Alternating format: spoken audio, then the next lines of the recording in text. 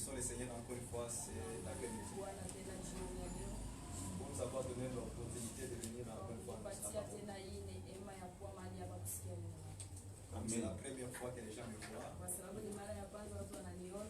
La plupart d'entre vous ne m'avaient jamais vu.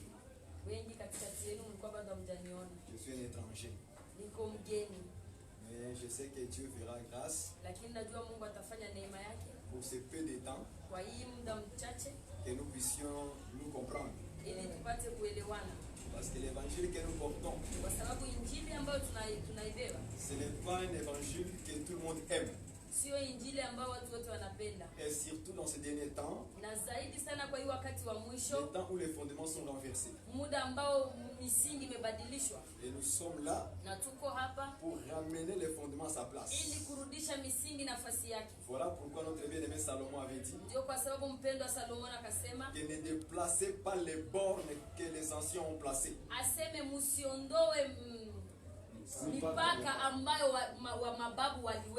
Or, il n'y a qu'une seule borne. C'est la parole de Dieu. Amen. Amen. Amen. C'est la borne qu'on nous a interdit de déplacer. Mais il y a beaucoup de gens aujourd'hui de courageux.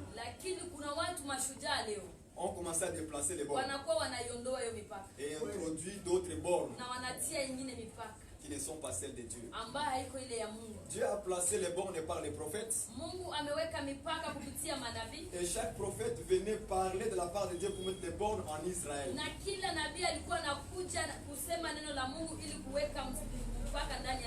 Et toutes ces paroles-là, c'était la parole de Dieu. C'était Dieu qui parlait, qui annonçait ça en Israël. Mais les hommes courageux aujourd'hui, qu'on appelle les faux prophètes, les faux serviteurs, ont eu le courage de déplacer ces bornes. Parfois ils s'approprient des écritures des prophètes et même ils deviennent cette verset-là. Sans savoir que toutes ces paroles que les prophètes annonçaient, ils annonçaient qu'une seule personne, qui s'appelle Jésus-Christ. Rien d'autre. C'était seulement lui. Mais aujourd'hui, par la grâce de Dieu, je vais juste essayer, par cette petite grâce, d'annoncer un petit verset pour nous fortifier dans le Seigneur. Parce que Salomon dit, il y a un temps pour tout. Il y a un temps pour tout. De la même manière comme nous sommes nés, nous allons aussi mourir. Parce que la mort dans la Bible explique seulement dormir. Mais oui, Paul le dit ceci, que ceux qui sont morts avant nous dans le Seigneur, il a dit qu'ils dorment. C'est comme ça que Paul a interprété la mort. Il dit il dort. Donc quand Salomon dit, il y a un temps pour naître, mais il y a un temps pour mourir. En réalité, il parlait il y a un temps pour dormir.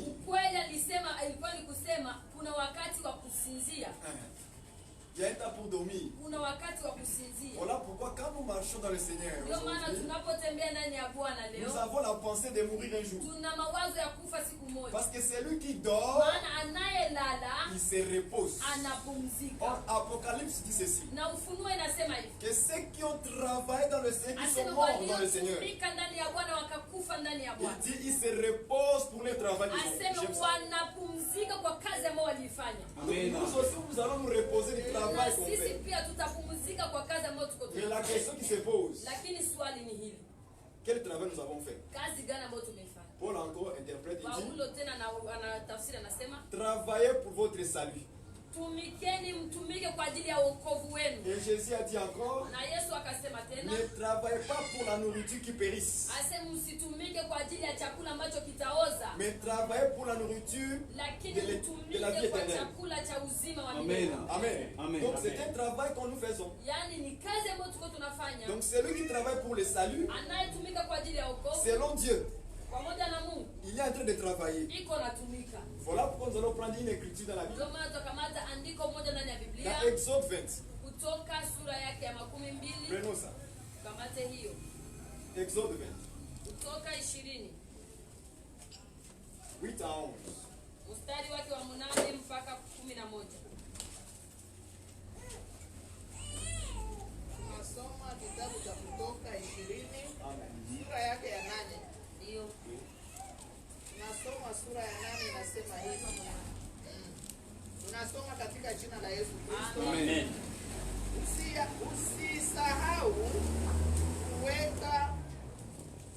Usisahau kuweka takatifu siku ya Sabato. Siku 6 fanya kazi na tenda saba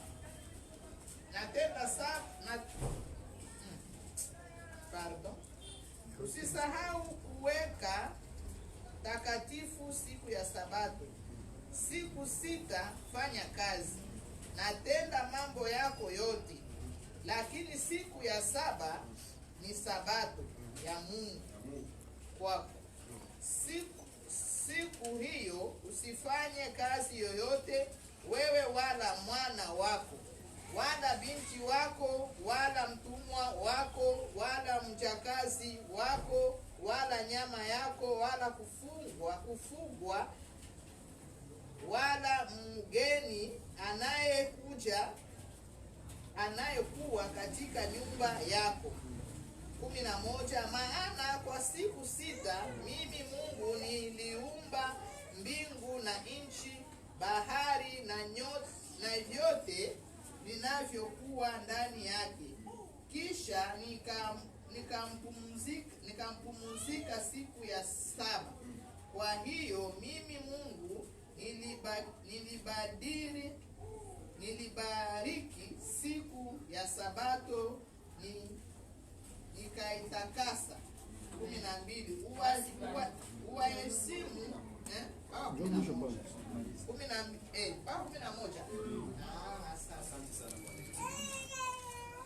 Seigneur notre Dieu, nous te rendons grâce et nous te bénissons pour la parole. Merci pour ajouter l'explication à la lumière de Sainte Écriture. Car toutes les paroles dans ta bouche sont la vérité. Et nous voulons encore que cette vérité soit éclairée. Au nom de Jésus-Christ. Amen. Amen. Alors Dieu a donné en Israël 10 commandements. Il y a un commandement qui était introduit, mais que beaucoup de gens ont tendance à mal comprendre cette écriture. Dieu dit ceci: tu travailleras 6 jours, mais le 7e jour, tu vas te reposer. Parce que moi, Dieu, je fais aussi la même chose. J'ai travaillé pendant 6 jours, mais le 7e, je me suis reposé. Donc c'est un commandement que Dieu a donné à Israël. Et les enfants d'Israël physiquement, ils faisaient ça. Ils travaillaient 6 jours, le 7e jour, il restait à la maison. Personne n'allumait le feu, ni préparait la nourriture dehors. Et Dieu a dit même les animaux même étaient en repos. Les travailleurs aussi étaient en repos. Et la personne elle-même était en repos. Donc toutes choses étaient en repos. Donc on devait seulement travailler pendant 6 jours. Donc cette loi c'est les Juifs. Oui, chez les Juifs là-bas. C'était naturel. C'était physique. Ils faisaient ça le travail pendant 6 jours. Mais ce qui est contradictoire aujourd'hui, c'est quoi? Il y a les gens aussi qui veulent pratiquer ces versets de la même manière littéralement. Mais ça ne marchera pas. Parce que l'église ne marche pas selon la chair, mais elle marche selon l'esprit. Pourquoi? Parce que Paul, il dit ceci dans Romains 2 verset 28. Écrivez ça. Disons ça. Romains 2 28. Paul dit ceci: Il dit que nous ne sommes pas juifs selon la chair. Il dit mais nous sommes juifs à l'intérieur. Est-ce que vous comprenez ça? Il dit que la circoncision pour nous, ce n'est pas selon la chair. Il dit c'est notre cœur que Dieu circoncise. Donc cela veut dire que nous, l'église, on ne peut pas répéter ce que les juifs ont fait dans la chair. Donc nous maintenant il faut les prendre ça spirituellement. Donc les sabbats pour l'église, les sabbats pour nous est spirituel. Est-ce que vous comprenez ça? Amen.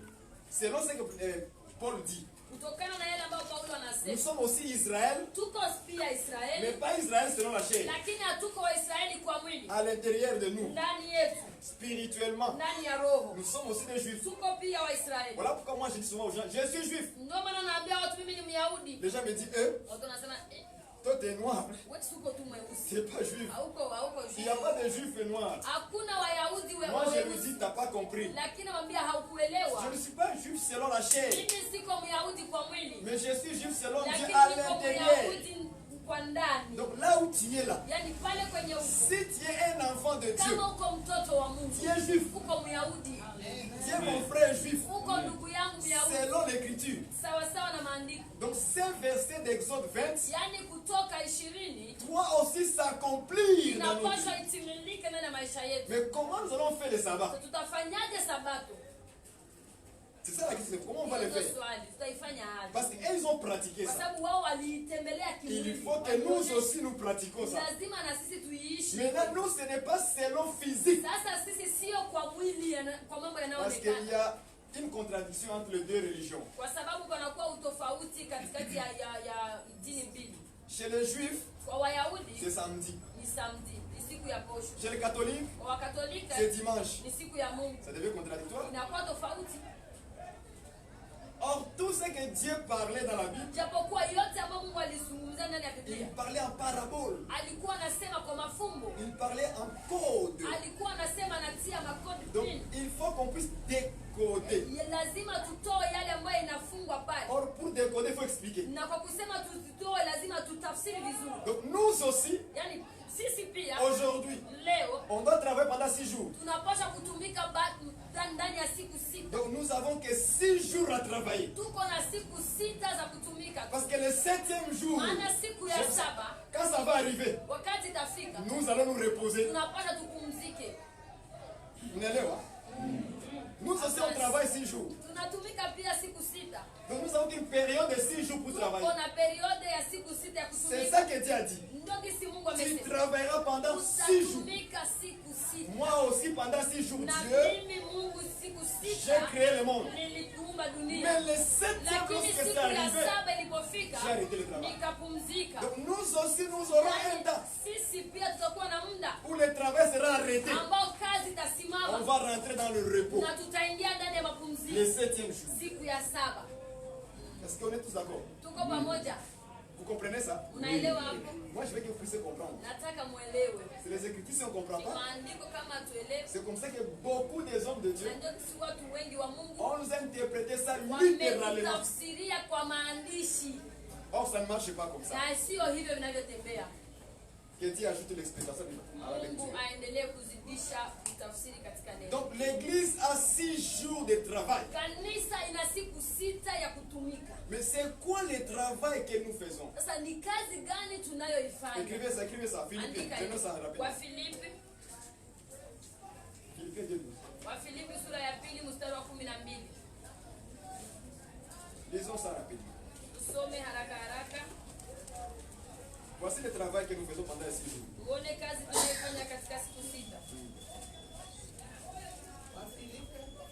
Wafilipi sura ya 2 mstari wa 12. Tunasoma katika jina la Yesu. Amen. Amen.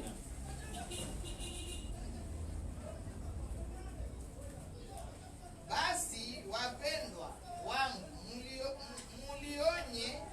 mlionyesha utii wenu siku zote wakati nilipokuwa kwenu, na sasa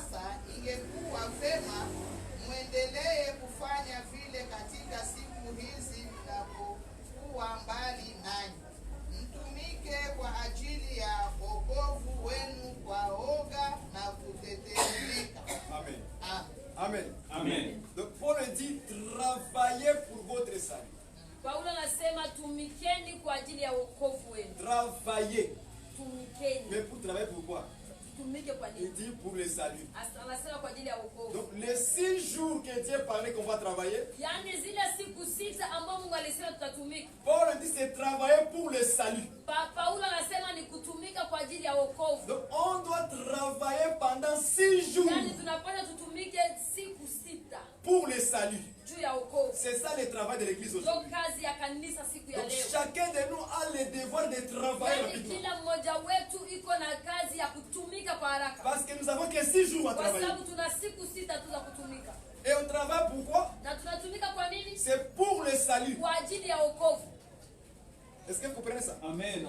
C'est pour le salut que nous travaillons. Kwa ajili ya wokovu ndio maana tunatumika. Le salut c'est qui? Wokovu ni nani? C'est Jésus-Christ. Ni Yesu Kristo. Lorsque Simeon, Wakati Simeoni Dieu lui a dit Mungu akamwambia d'attendre lorsque le fils sera né. subiri mpaka mtoto atakapozaliwa. Et le jour où Marie s'est présentée dans le Na temple wakati Maria aliingia ndani ya hekalu avec le petit bébé, na mtoto mchanga, Simeon l'a pris. Simeoni Il akamchukua a dit à Dieu, akasimwambia Mungu, Seigneur, Bwana, mes yeux macho yangu ont vu ton salut. imeona wokovu wako. Donc le petit bébé, Yaani ule mtoto C'était mdogo ça le salut qu'il a yeye dû ndiye passer. wokovu ambao Biblia donc inasema.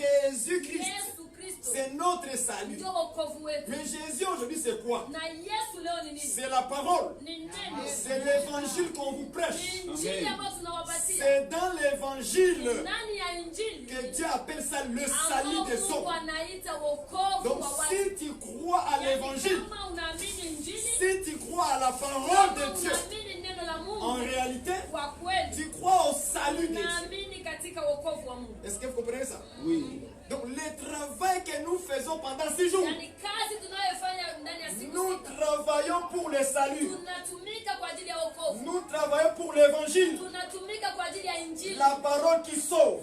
Neno ambayo inaokoa. La parole qui nous donne la vie. Neno linatupatia uzima. Parce que c'est dans la parole Maana ndani ya neno où Dieu a mis la vie ndio dedans. ambapo Mungu ameweka maisha ndani Jean yake. chapitre 1 verset 2. Yohana sura ya kwanza mstari wa pili. Dieu le dit au commencement de la Mungu parole. anasema hapo mwanzo palikuwa La neno parole était avec Dieu. na neno alikuwa pamoja na Et la Mungu. parole était Dieu.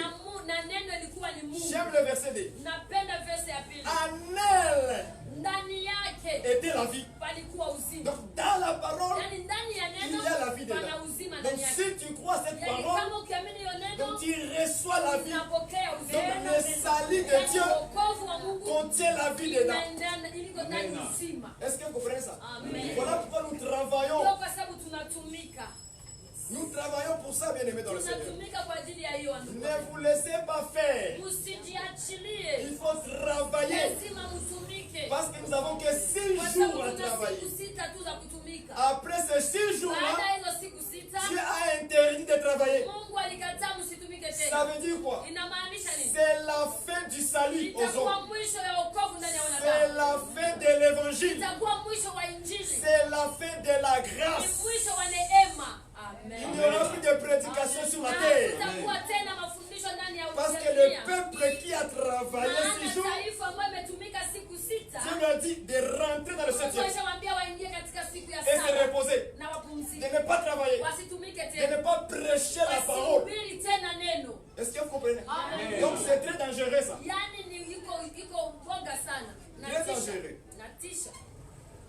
On doit travailler pendant 6 jours. Tunapaswa tutumike siku 6. Le 7e jour, c'est la Siku fin. ya 7 ni mwisho. Dieu arrête tout. Mungu anasimamisha vyote. Et en plus, il y avait une punition. Na zaidi palikuwa na pigo. C'est lui qui travaillait le 7e jour. Mwenye alikuwa anatumika siku ya 7 Selon la loi de Dieu, kutokana na sheria ya on Mungu devait le punir à mort. walipaswa kumwadhibu wa kufa.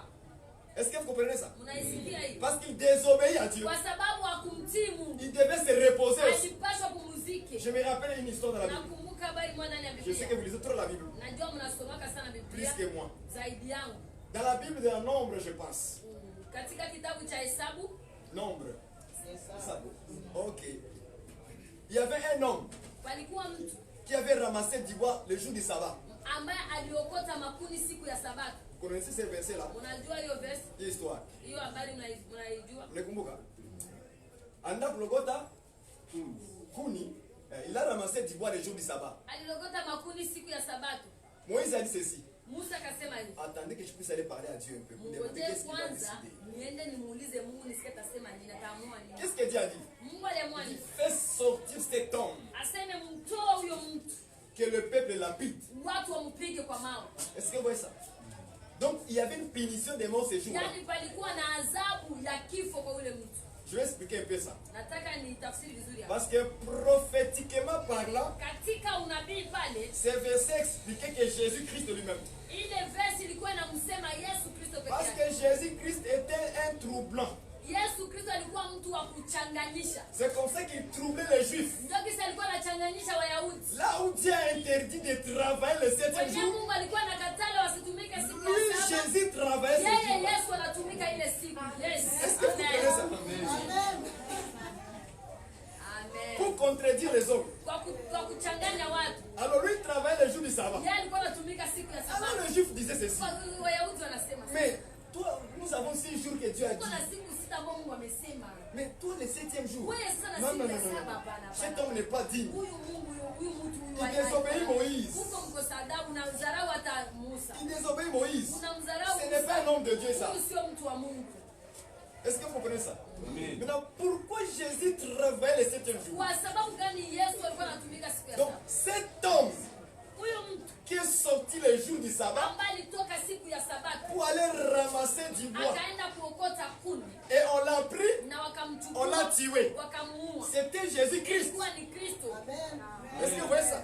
Amen. Parce que les bois Kwa sababu makuni de l'arbre ya mti signifient les hommes. inamaanisha watu. Comme Adam dans le jardin de Kama l'Éden. vile Adamu katika shamba la Edeni. C'était un arbre que Dieu a planté dans Alikuwa le kama jardin. vile mti ambao Mungu ameweka ndani Mais ya comme bustani. Adam avait péché, Lakini kwa sababu Adamu amekosa, était devenu un arbre sec, ikakuwa mti wa kukauka était jeté dehors. na ikatupwa nje. Alors il fallait que Jésus-Christ vienne Ilisababisha Kristo pour akuje les ramasser, les ili ramener. amuokote tena na Mais kumrudisha. dans quel jour? Lakini siku Mais ça gani sera le jour du sabbat. itakuwa siku ya Sabato? Amen. Est-ce que vous voyez ça? Amen. Parce que l'homme était tombé le jour du sabbat. Kwa sababu mwanadamu ameanguka siku ya Sabato. Donc pour le ramener encore Kumrudisha tena dans sa position de la kwa vie, nafasi yake ya maisha, il fallait encore revenir au jour du sabbat. ilibidi arudie tena siku ya Sabato Kristo. Mais selon la loi de Moïse, Lakini kwa sheria ya Musa cela était interdit. ilikuwa Donc imekatazwa. comme Jésus, cet homme qui est sorti le jour du sabbat, Kama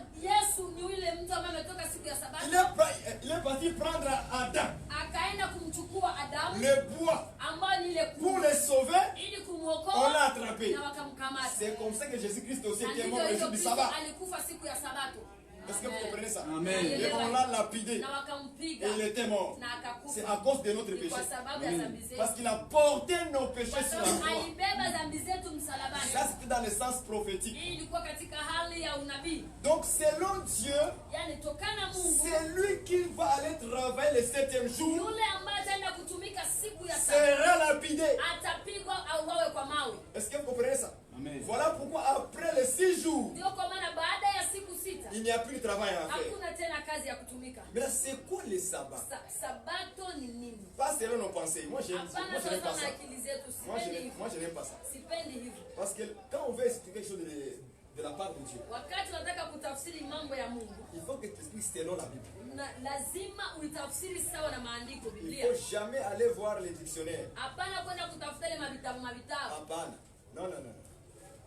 Quand Dieu explique la pluie Wakati Mungu anasema mvua, est déjà expliquée dans la Bible. mvua imetafsiriwa ndani ya Biblia. Quand Dieu dit une maison, Mungu akisema nyumba, la maison est déjà dans la Bible. nyumba iko ndani ya Biblia. Quand Dieu dit une femme, Mungu akisema mwanamke, dans la Bible, ndani ya il maandiko explique la femme. anatafsiri Selon mwanamke ce que lui il pense. kwa sababu kutokana na gisi anafikiria. Est-ce que vous voyez ça? Naona hivyo. Quand Dieu dit de l'eau à boire, Mungu akisema maji ya il kunywa, explique de l'eau qu'est-ce qu'il veut dire. anatafsiri maji inataka kusema nini. Est-ce que vous voyez ça? Naelewa Quand hivyo. Dieu dit les cheveux, Mungu akisema Dieu nywele, explique les cheveux dans la Mungu Bible. anatafsiri nywele ndani ya Tout maandiko. est expliqué dans la Bible. Yote yanatafsiriwa ndani ya Il n'y a rien à ajouter, rien à Hakuna ya retrancher. kuongeza na ya kupunguza. Est-ce que vous voyez ça? Unaelewa hivyo? Moi, j'ai entendu un homme de Dieu, nilisikia mtu wa Mungu entre mmoja guillemets, unafunika, il dit ceci. anasema Ça m'a beaucoup étonné. na ilinishtua sana. Il dit que Anasema lorsque les enfants d'Israël marchaient dans le désert, wakati wana wa Israeli walikuwa wanatembea ndani ya jangwa, ils avaient des vêtements walikuwa na mavazi sans user. mavazi ambayo hayaishi Et les souliers aux pieds na viato sans user. yenye hayaishi. Et puis lui il dit que non, c'était les vêtements physiques. Na yeye anasema kama ilikuwa ni manguo kama jinsi ninavyovaa C'était les souliers physiques. na ilikuwa viato tu kawaida. Moi quand je dis mais non, Lakini mimi nimesikia nasema tu n'as hapana, pas compris ce que Dieu voulait dire. kuelewa yenye Mungu alitaka kusema. Tu as pris ça selon la lettre. Ulikamata hiyo gisi imeandikwa tu, Or c'est un langage de Dieu quand il lakini parle comme ilikuwa ça. ni usemi wa Mungu anaongea. Mais pour vous, Lakini kwenu je vous donne l'explication. nawapatia C'est tafsiri très facile. ni hivi. Mais aujourd'hui aussi, Lakini leo pia nous sommes les Juifs, Israël spirituel. tuko Wayahudi katika kiroho, Nous sommes en train de marcher dans le désert. tuko tunatembea ndani ya jangwa. Mais comme nous marchons dans le Na désert, kisi tunavyotembea ndani ya nos jangwa, vêtements que nous portons mavazi ambayo et tunayovaa nos souliers que nous na portons viatu vyetu ne tunavyovaa seront jamais usés. haitaharibikaga. De la même manière comme eux là-bas, Hivyo hivi kama jinsi wao walivyokuwa, nous aussi c'est la même na chose. sisi ni vivyo hivyo. Mais qu'est-ce que Paul a expliqué comme les Paulo vêtements? akatafsiri nini kama vazi? Paul dit ceci. Paulo anasema hivi, Revêtez-vous du Seigneur. aseme muvae Kristo. Donc le Seigneur, Maana yake Kristo c'est un vêtement. ni vazi, Voici le vêtement qui ne peut pas vazi s'user. ambayo hawezi Il ne kaisha, va jamais se détruire. C'est haitaharibikaga. le Seigneur Ni Jésus. Kristo Yesu. Les souliers, Viato, Paul a expliqué Paulo alisema dans Ephésiens 6, Waefeso 6 verset 15. mstari wa Il 15, explique les souliers alitafsiri kiato comme l'évangile de paix. kama injili ya Il dit amani. ceci. Anasema hivi, Mettez sur vos pieds tuvae les chaussures viato de l'évangile de ya paix. injili ya Donc amani. quand Dieu dit souliers, Yaani Mungu anaposema kiato il veut dire l'évangile. anakuambia injili. C'est ça que nous mettons sur le pied. Ndio tunajua. Or l'évangile, Japokuwa c'est la injili parole de Dieu. ni neno la Donc Mungu. la parole de Dieu Yaani neno la ne Mungu va jamais user. haitazeeka kala kwa Le ciel et la terre passeront, dunia na mbingu zitapita, mais la parole ne lakini passeront neno point. halitapita. Ne va jamais user, Haitaoza, ni vieillir. haitazeeka. C'est ça les souliers que nous portons dans le désert. Et les vêtements, c'est Christ qui ne vieillit jamais. Il vit éternellement. C'est ça que Dieu voulait dire. Mais il apparaît simplement par les images physiques. lakini akasema kwa mambo yanayoonekana, Mais c'est autre chose qu'il voulait ila expliquer. katika kiroho ni mambo mengine. Malheureusement, beaucoup de pasteurs trompent les gens comme ça. Huzuni sana kwa sababu wachungaji wengi wanadanganya watu Parce hivyo. qu'ils n'ont pas l'explication, la lumière des Kwa Écritures. sababu hawana mwangaza wa neno.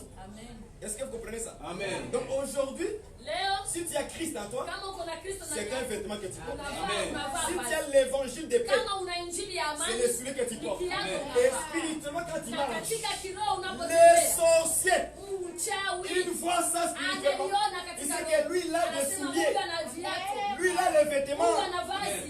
Pourquoi porter les vêtements? Kwa sababu gani wanavaa C'est dans vazi? le jardin qu'il y a eu un Ni problème. huko katika shamba la Edeni Lorsque kulikuwa tatizo. Adam a péché, Wakati Adamu il alifanya a dhambi, perdu les vêtements. kapoteza vazi. La Bible dit, Biblia il s'est inasema trouvé nu. akajikuta Ah, kwa uchi. donc il avait les vêtements. Yaani alikuwa na mavazi. Mais quand il a désobéi Na à la voix de wakati Dieu, ya kuheshimu sheria ya il Mungu, s'est trouvé nu, akajikuta kwa uchi sans vêtements. bila Donc vazi. il fallait que Dieu nous Yaani redonne le vêtement. Mungu atupatie C'est tena ça que vazi. Jésus a fait sur la Kama ya croix. Kristo alifanya C'est très msalabani. facile. Ni On tofauti. l'a déshabillé Walimvua pour mavazi nous revêtir. ili sisi C'est ça que Paul a dit, revêtez-vous du Seigneur. Vaeni Kristo. Cela était prophétique. Ile ilikuwa ni Parce que katika ces unabii. vêtements qu'il Kwa portait, sababu hii mavazi nous devons les porter nous aujourd'hui. tunapaswa kuivaa sisi C'est ça la leo. parole du Seigneur. Ndio neno la Amen. Mungu. Amen. Que Dieu vous bénisse. Amen. Que Dieu vous bénisse. Amen.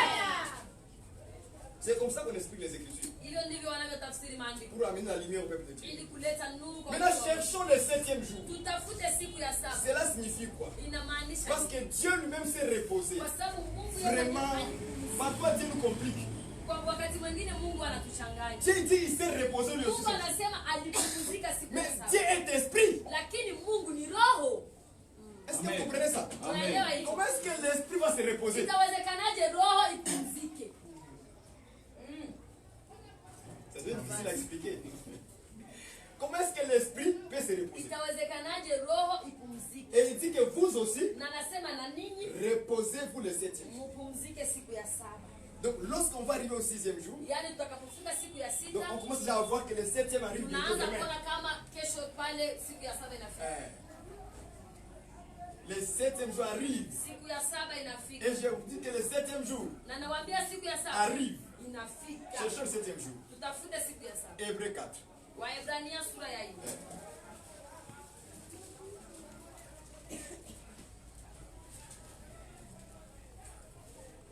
Hébreux 4. Waebrania sura ya 1 4 à 11. mstari wa kwanza mpaka 11 nasoma kwa jina la Yesu Kristo. Amen. Basi ikaliko ahadi ya kuingia katika raha yake. Na tuogope mmoja wenu asije akaonekana ameikosa. Maana ni kweli sisi nasi tumehubiriwa habari njema vile vile kama hao. Lakini neno lile lililosikiwa halikuwafaa hao, kwa sababu halikuchanganyika na imani ndani yao waliosikia. Maana sisi tulioamini tunaingia katika raha ile, kama vile alivyosema, kama nilivyoapa kwa hasira yangu, hawataingia rahani mwangu. Ijapokuwa zile kazi zilimalizika tangu kuwekwa misingi ya ulimwengu. 4.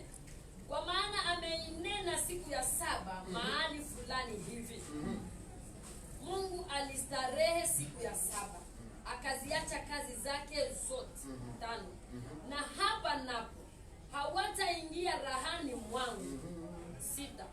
Basi kwa kuwa neno hili limebaki kwamba wako watu watakaoingia humo, na wale waliohubiriwa habari zile zamani walikosa kuingia kwa sababu ya kuasi kwao, aweka tena siku fulani, akisema katika Daudi baada ya muda mwingi namna hii leo, kama ilivyonenwa tangu zamani.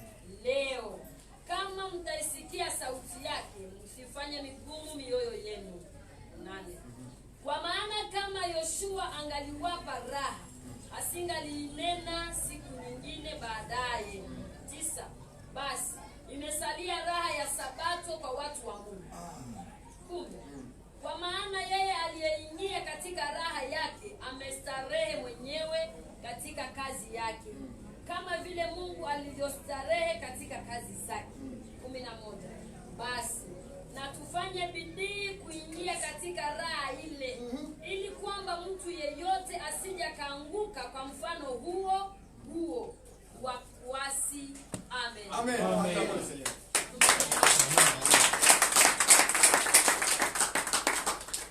J'aime ce que notre bien-aimé Paul parle ici dans Hébreux 4. Napenda yale ambayo mpendwa Paulo anasema hapa katika Il était préparé sur le jour du sabbat. Alikuwa anazungumzia siku ya Sabato. Et il a parlé sur les enfants d'Israël. Akazungumzia wana wa Israeli. Et il dit que Josué ne les a jamais donné le repos. Akasema kama Yoshua kuwapatia pumziko la Sabato.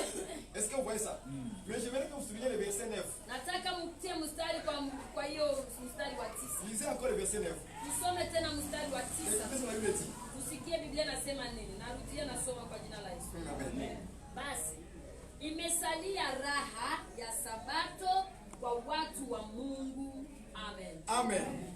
Il dit, anasema il y a donc un repos de sabbat réservé pour le peuple de Dieu. Kuna mapumziko ya Sabato ambayo imewekwa akiba kwa watoto wa Mungu. Donc il y a un sabbat, kuna Sabato, un 7e jour, siku ya saba que Dieu a réservé ambao Mungu ameweka pour le peuple de Dieu. kwa ajili ya watoto wa Mungu. Amen. Pas pour n'importe qui, Hapana kwa kila mtu, mais pour le peuple de Dieu. kwa ajili ya watoto wa Mungu. Donc le 7e jour Yani siku ya saba est réservé par Dieu quelque part. imewekwa nafasi fulani. Il garde ça là-bas. Imewekwa Pour pale. que lorsque nous on va finir de travailler 6 Ili jours, tutakapomaliza kutumika siku sita, il faut que nous rentrions là-bas au 7e. inabidi tuingie katika ile siku ya saba. Dans le repos que Dieu a Katika ile réservé pumziko ambao Mungu pour ametuandalia son peuple. kwa ajili ya taifa lake. Donc le 7e jour Yani que Dieu a siku ya réservé, saba ambayo Mungu ameweka c'est le ciel. ni mbingu.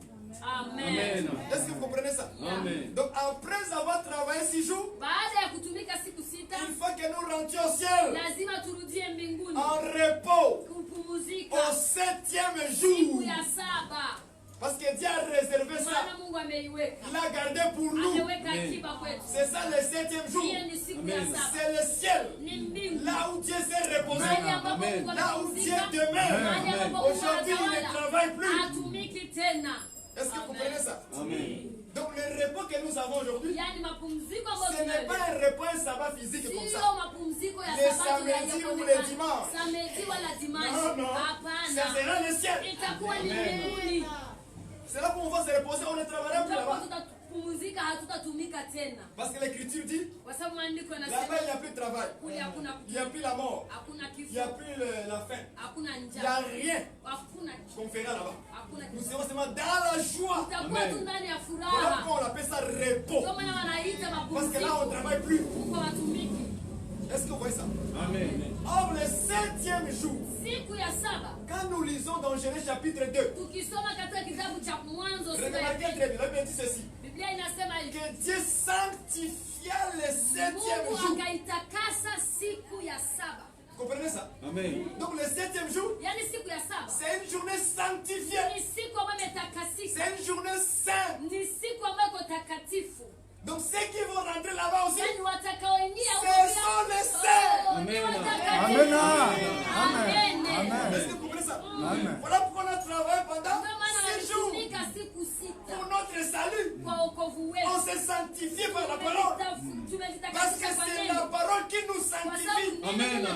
Jésus a dit cela dans Jean 17. Sanctifie-les par ta vérité. Ta parole est la vérité. Amen. Donc ce qui nous sanctifie, c'est la parole de Dieu. Amen. Pour que nous rentrions dans le jour sanctifié. Or c'est le ciel qui est sanctifié. Est-ce que vous comprenez ça? Amen. Donc si tu n'es pas sanctifié, oublie le 7e jour. Tu ne rentreras pas là-bas. Ce sont les sanctifiés qui rentreront. Amen. Voilà pourquoi nous on s'appelle les saints. Est-ce que vous comprenez ça? Amen. Donc ce qui nous dit que moi je suis pentecôtiste. Si ça ce n'est pas sanctifié, si je suis baptiste, tu n'es pas sanctifié.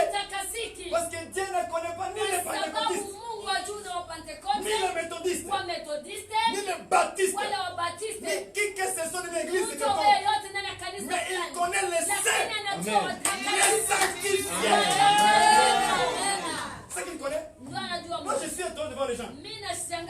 Ils me posent des questions. Frère, tu es dans quelle église?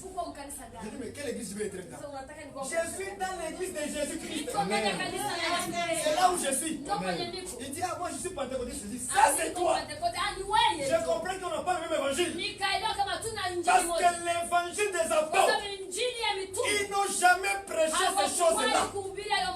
Ils nous ont dit que moi je suis pentecôtiste. Où est l'écriture? Il n'y a pas d'écriture. Où sont les baptistes dans la Bible? Ils ne sont pas là. Où sont les méthodistes? Il n'y a pas de méthode dans la Bible. Dieu ne reconnaît pas ces choses. Ce sont les hommes qui nous ont amené ça. Et ça vient des hommes. Mais ça ne vient jamais de Dieu. Voilà pourquoi aujourd'hui, on doit retourner encore à la Bible pour vérifier que tout ce que les hommes disent, est-ce que c'est vrai? Je ne suis pas catholique. Il n'y a pas de catholique, il n'y en a pas. Chaque fois que Paul écrivait une lettre, 1 Corinthiens chapitre 1, allons-y voir ça. Rapidement. Remarquez ça. Verset 1.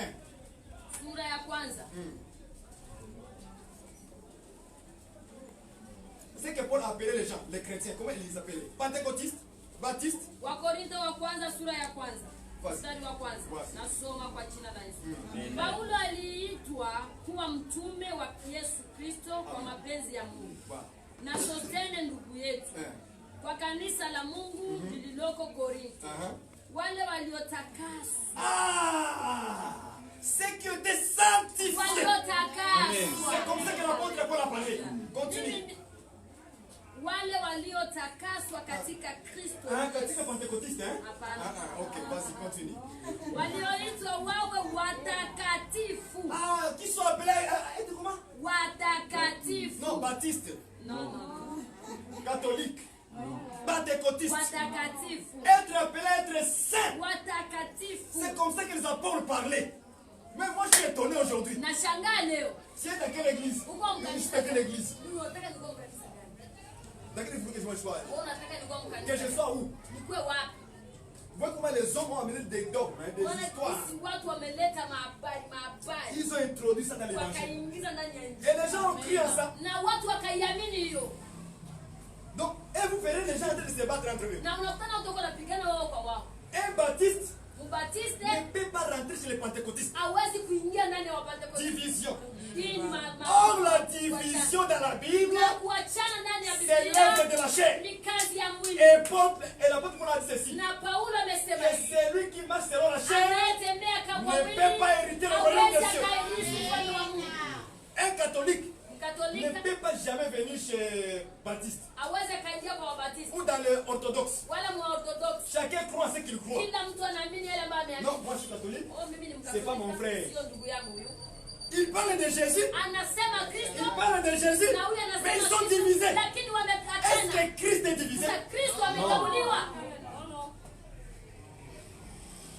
C'est l'évangile maintenant. Ndio injili hiyo Il sasa. faut qu'on retourne dans ça. Lazima turudie Il hapo faut kwenye qu'on msingi. change les choses. Tubadilishe vitu. Qu'on nettoie des faussetés Tutoe na tutoe en mabaya. ramenant la parole. Turudie ndani ya neno. En ramenant l'évangile à sa place. Turudishe injili Parce nafasi que yake. tu n'es pas baptiste. Hauko Batista. Quand je te regarde, Ninapokutazama, je vois un saint. naona ni mtakatifu. Pas pentecôtiste. Hapana Mpentekoste. Je vois un saint. Naona mtakatifu. Donc Amen. si toi tu es saint, Yaani kama wewe ni je mtakatifu, suis aussi saint. niko pia mtakatifu. Sanctifié par Jésus-Christ. Tumetakasika kwa Yesu. Sanctifié par Jésus-Christ. Tumetakasika Donc, kwa tu es mon Yesu. frère. Maanake uko ndugu yangu. Où est le Amen. problème avec ça? Sasa matatizo Mais kwa dès qu'on dit seulement catholique, ah wakisema non, c'est pas mon frère.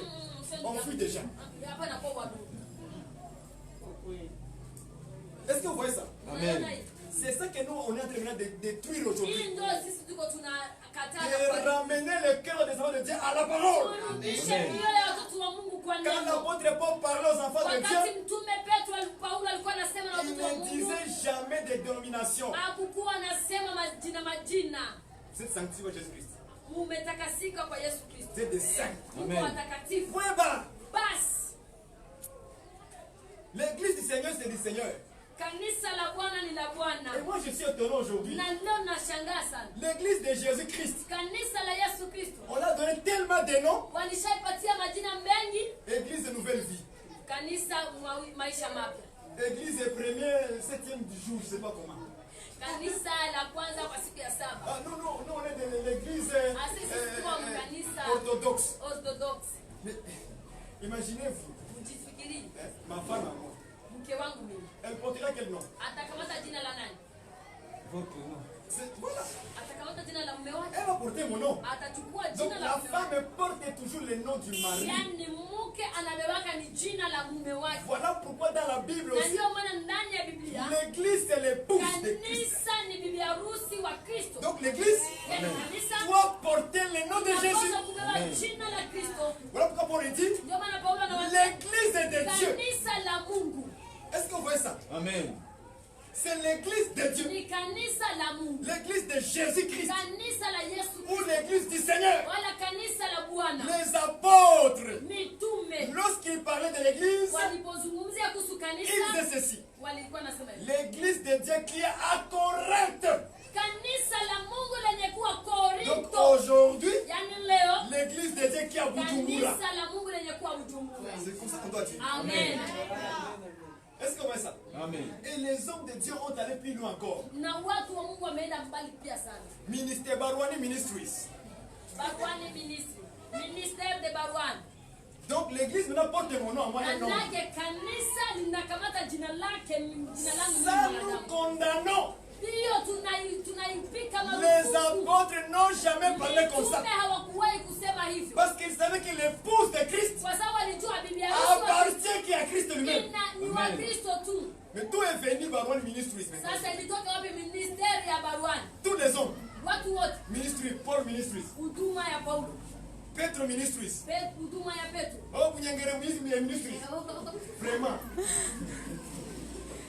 C'est Vraiment, dis n'importe quoi aujourd'hui. Et les gens rentrent là-bas. Ils pensent que Dieu est là-bas. Dieu est jaloux. Lorsque tu touches sa femme, essaie de toucher ça. Amen. Mais oui, toucher le Fils de Dieu, il va te frapper spirituellement. Et tu vas croire que tu es dans la marche avec Dieu. Il t'a déjà laissé, ça fait longtemps. Parce que lorsque Dieu quitte un homme, parfois nos yeux sont aveugles. On ne voit pas. Est-ce que vous voyez ça? Amen. Donc l'église du Seigneur, pour le respecter, vous devez écrire l'église de Dieu à Bujumbura. Arrêtez de mettre l'église de nouvelle vie, nouvelle ceci. L'église, le sang de Jésus. Vraiment. L'église, le sang de Jésus. Ça, c'est grave. C'est grave. Église Alliance, je ne sais pas, la nouvelle alliance. C'est n'importe quoi. Donc un homme devient seulement comme ça. Il crée une église. Il réfléchit à la tête. Mon église sera appelée CPP. Ce n'est pas une partie politique. Mais oui. C'est AA. L'église c'est AA. Alliance, c'est je sais pas quoi. Non, mon frère, non. Là, tu as réfléchi. Regarde ce que les apôtres ont fait dans la Bible.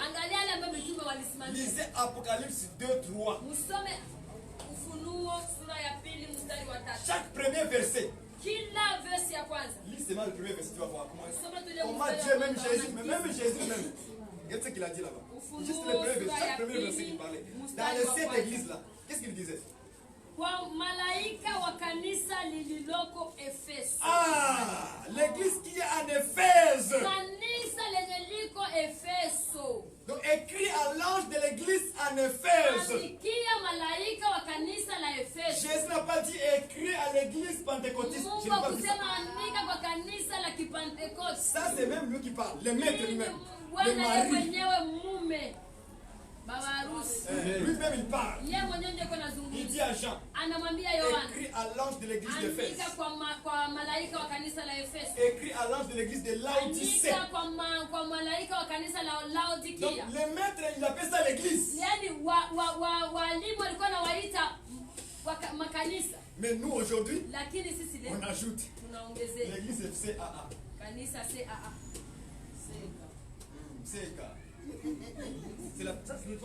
Ça c'est le parti politique. Dans l'église, Jésus est le seul roi. Et lui, il n'y a pas de vote. Amen. Si vous pouvez me préparer, Jésus n'a pas de vote à faire. L'église c'est son peuple à lui. Lui seul il dirige l'église. Lui seul est le roi. Lui seul donne ses ordres, ses lois et tout ce que l'on doit suivre. Il n'y a pas de vote chaque 3 ans. Il n'y en a pas ça, ça n'existe pas. Il dit qu'il vit éternellement. Au siècle des siècles. Donc aussi longtemps que nous sommes sur la terre et que Jésus est notre roi, il sera roi sur nous au siècle des siècles. Mais voici les hommes de Dieu aujourd'hui maintenant. Ils ont remplacé Christ. Dès que l'homme de Dieu veut rentrer ici, on met un tapis rouge d'abord. Et tout le monde s'est levé et acclamé l'homme de Dieu. Acclamé Jésus. Acclamé l'homme de Dieu. Quand il s'assoit, d'ailleurs, il n'a même pas été là-bas pendant le culte. On a chanté, on a adoré, on a loué. Lui vient à la fin. Vous félicitez de la parole. Il s'assoit. Il prie pas. Il s'élève. Il prie. Il prêche. Il finit. Il s'en va dans le bureau. Il devient Jésus. anakuwa Yesu. Plus que Jésus même. Anakuwa zaidi ya Yesu. Même Jésus n'a jamais fait ça. Na Yesu akufanya hivyo. Jésus était avec la foule. Yesu alikuwa pamoja na kusanyiko. Il avait dit prêcher matin, midi, soir. Alikuwa anahubiri asubuhi, Et mchana c'est na la jioni. nuit qu'il allait prier. Na usiku ndio alikuwa anaenda kuomba. Toute la journée, Yaani mchana il wote passait avec les peuples. alikuwa anatembea na watu. Prêcher la parole. Anahubiri injili. Prêcher la parole. Anatoa Mais neno. aujourd'hui, c'est le contraire. Lakini leo ni tofauti. On doit porter l'homme de Dieu pendant qu'il prêche. C'est grave. Wanataka kumnyanyua mtu wakati anahubiri, ni hatari. On les porte. Wanamnyanyua Un homme de Dieu mtumishi wa Mungu pour prêcher. ili ahubiri. Quelle aberration. C'est une abomination. Ni laana. C'est une abomination. Ni laana. Voilà pourquoi on doit s'efforcer à travailler pour les Ndio saluts. kwa sababu tunapaswa kujihusisha sana Avoir kwa le kuhubiri yeux kwa de kila tout ce qui se passe dans les églises. fungua macho kwa kila kinachopatikana ndani ya makanisa. Ce qui n'est pas correct, Yenye haiko sahihi. on va t'appeler frère. Ita ndugu. Les écritures disent ceci. Maandiko yanasema hivi. Est-ce que vous comprenez ça? Unaelewa hivi? Même un homme de Dieu dans cette église, Hata mtu wa Mungu, mtumishi wa Mungu il commence à marcher comme ça. akianza enda kinyonga nyonga. Parce qu'il a vu le pasteur Biyamungere là-bas. Kwa sababu maisha ya mchungaji Biamungere, Lorsque lui, il veut descendre dans la voiture, wakati anataka kushuka mgari, on porte son sac. wanambebeaka sakoshi.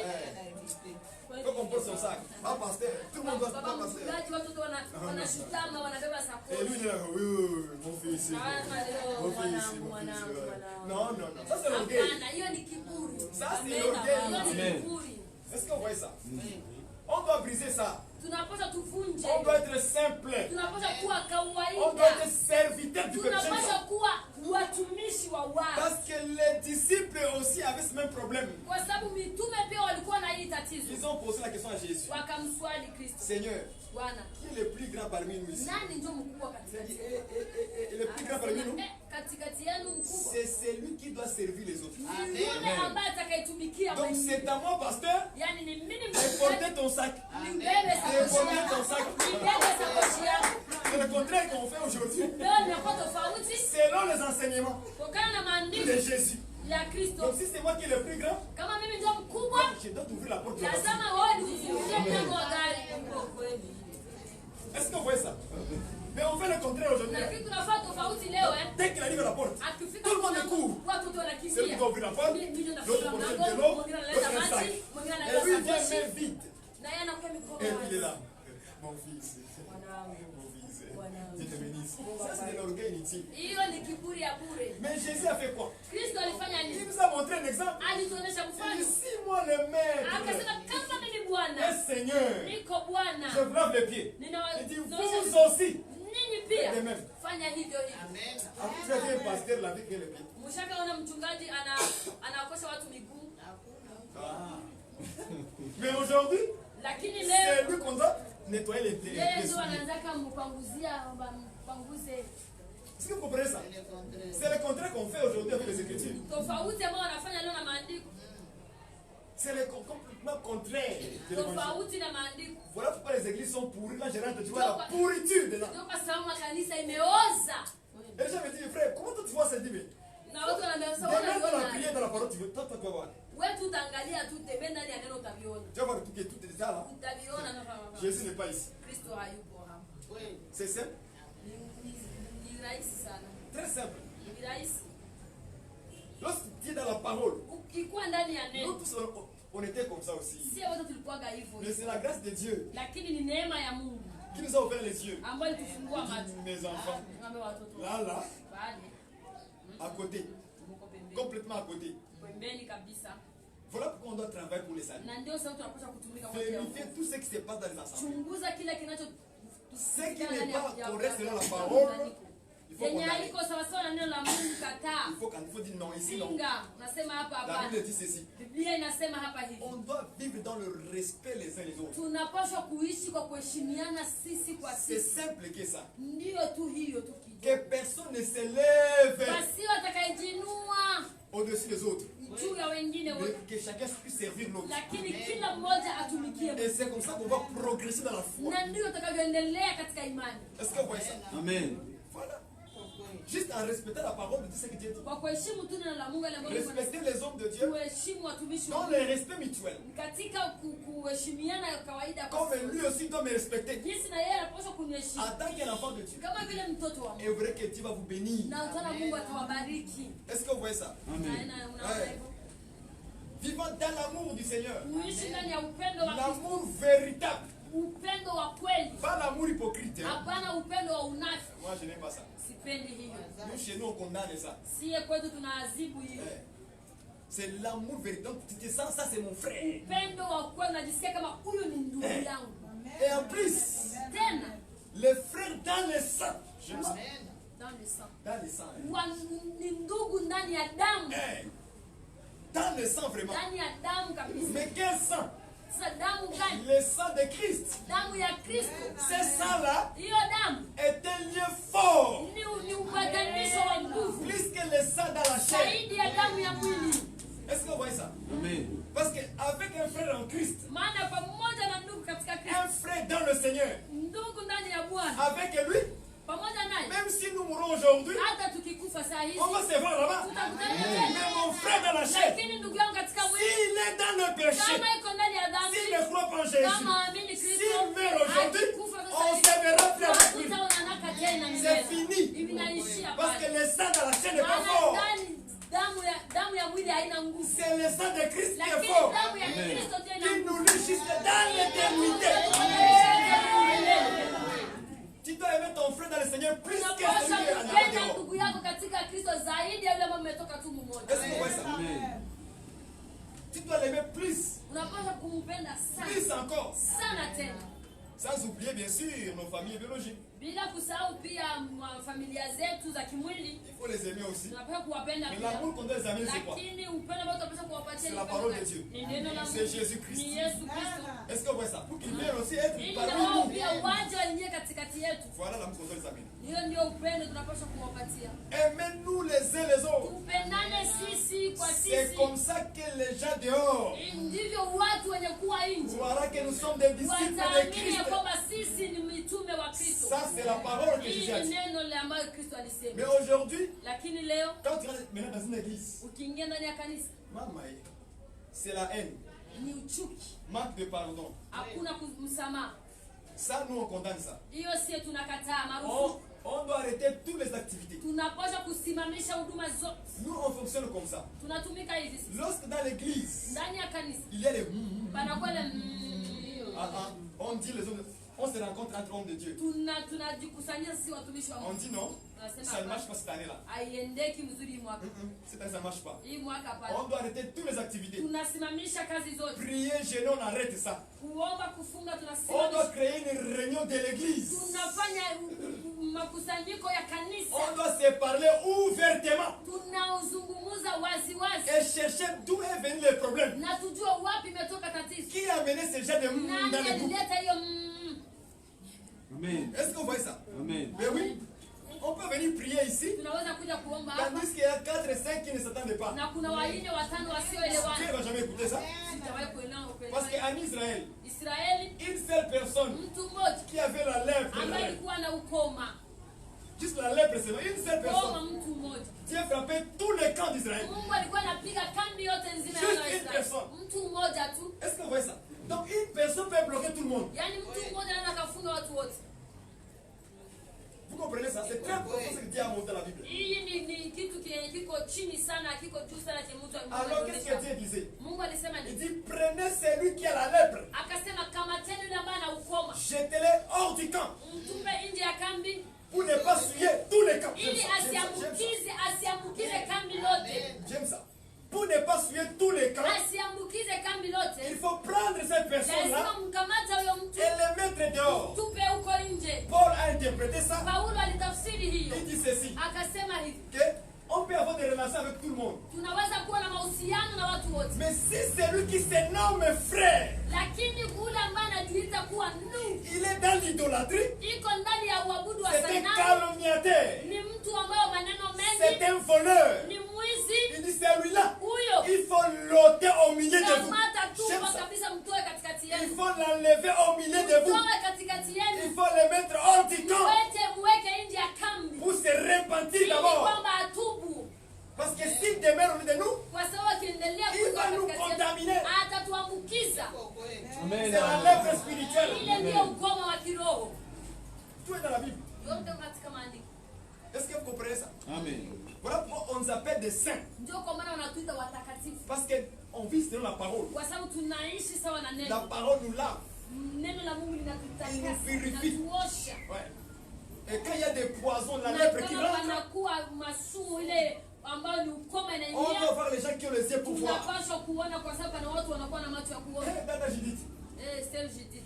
tu sais quoi? Unajua nini? Ah, les frères Benoît. Ule kaka Benoît. Il est comme ça. Iko hivi. Il est comme ça. Iko hivi. La sœur prend aussi. Dada naye anakamata. Il va voir la sœur Angéline. Anaenda kumwona dada Angeline. Angéline, tu Angeline. sais quoi? Unajua?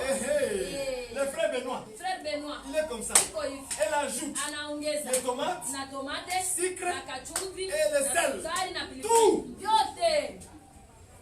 Maintenant, tout maintenant va arriver maintenant aux oreilles des frères Benoît. Maintenant. Kisha yote inakafika kwa ndugu Benoît masikio Et yake. son cœur Roho yake n'est plus dans la paix. haina tena amani. Qui a mené ça? Nani alileta? C'est la sœur Terre. Ni dada A fulani. circulé comme ça. Aliingia kwa Et fulani. elle est partie comme ça. Fulani akaenda Et kwa ça fulani na yukaenda. franchement, on va faire où? Kwa kweli tutaishia wapi?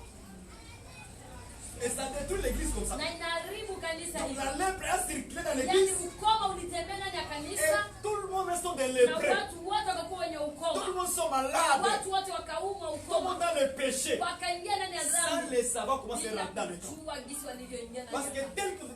tel que nous sommes là, Ya, kwa sababu gisi tuko pale, Dieu nous voit comme un camp. Mungu anatuona kama vile kambi. Est-ce que vous voyez ça? Amen. C'est comme un camp spirituel de Ni Dieu. kama kambi ya kiroho ya Mungu. Donc il ne faut pas que la lèpre rentre ici. Sasa ukoma usiingie hapo. Parce qu'on a en train de travailler, parce qu'on a que 6 jours. C'est Sasa rapide. tuko tunatumika, tuna siku 6 tu. C'est une Tuko haraka. période. Ni siku, ni nyakati, Mais ça va finir quand? lakini itaisha lini? Le jour où l'église sera enlevée. Siku ambayo kanisa litanyakuliwa. Donc quand Dieu va prendre ceux Yaani qui ont Mungu travaillé, atakapokamata wale waliotumika, ça veut dire qu'il rentre dans le 7e, yaani wanaingia ndani ya siku ya dans saba. le repos. Ndani ya mapumziko. Il retourne dans le paradis d'Adam. Wanaingia ndani ya paradiso ya Parce Adamu. que le jardin Kwa d'Éden, sababu shamba la Edeni c'était le paradis d'Adam. ilikuwa ni paradiso ya Mais Adamu, comme Adam a perdu cela, na kwa sababu Adamu Dieu alipoteza, l'avait chassé Mungu dehors. akamfukuza Dieu nje, a retiré le paradis. akakamata ile Et il a paradiso réservé ça maintenant, akaiweka selon sasa, Hébreux 4:9, Waebrania pour 4:9, un autre peuple ili kwa taifa lingine qu'on appelle aujourd'hui ambao wanaita leo l'église du Seigneur. kanisa la Amen. Bwana. Est-ce que vous comprenez ça très bien? Amen. Donc si on fait ça ensemble avec vous, Yaani tukifanya pamoja na si sisi, on travaille vraiment, tukitumika kabisa, chacun de nous, kila mmoja wetu à la maison, nyumbani, dans l'assemblée, ndani ya dans kusanyiko, notre vie quotidienne de tous les jours, katika maisha yetu ya kila au siku, travail même, ndani ya kazi zetu, qu'on voit toujours Christ, tunaona tu qu'on Kristo, voit être revêtu du Seigneur, tunapaswa kuvaa qu'on Kristo, voit les souliers sur tes pieds, tuone viatu kwenye miguu qu'on yako, voit quelqu'un qui marche avec tuone l'évangile, mtu anayetembea na qui Injili, marche avec la parole. anatembea na neno. Lorsque tu es à la maison, Ukiwa nyumbani, que ton mari voit la soumission, mume wako aone heshima, que ta femme voit l'amour du mari. mke wako aone C'est upendo. ça notre doctrine. Hii ndio msingi, C'est ça l'enseignement des hii apôtres. ndio mafundisho ya mitume. Que les femmes soient soumises à son mari, Mwanamke amtii mume que wake le mari aime sa na femme. mume ampende mke Lorsqu'on met wake. ça en pratique, Wakati mnaweka hii kwa nous matendo, allons vivre avec la parole. tutaishi kwa neno, Les souliers aux pieds. viatu kwenye miguu. Est-ce que vous connaissez ça? Amen. Elewa hiyo. Si je suis au travail, Kama niko kwenye kazi je yangu, dois être soumis à mon patron. napaswa kuwa na adabu na kutii kiongozi wangu. Est-ce que vous comprenez ça? Amen. Très important.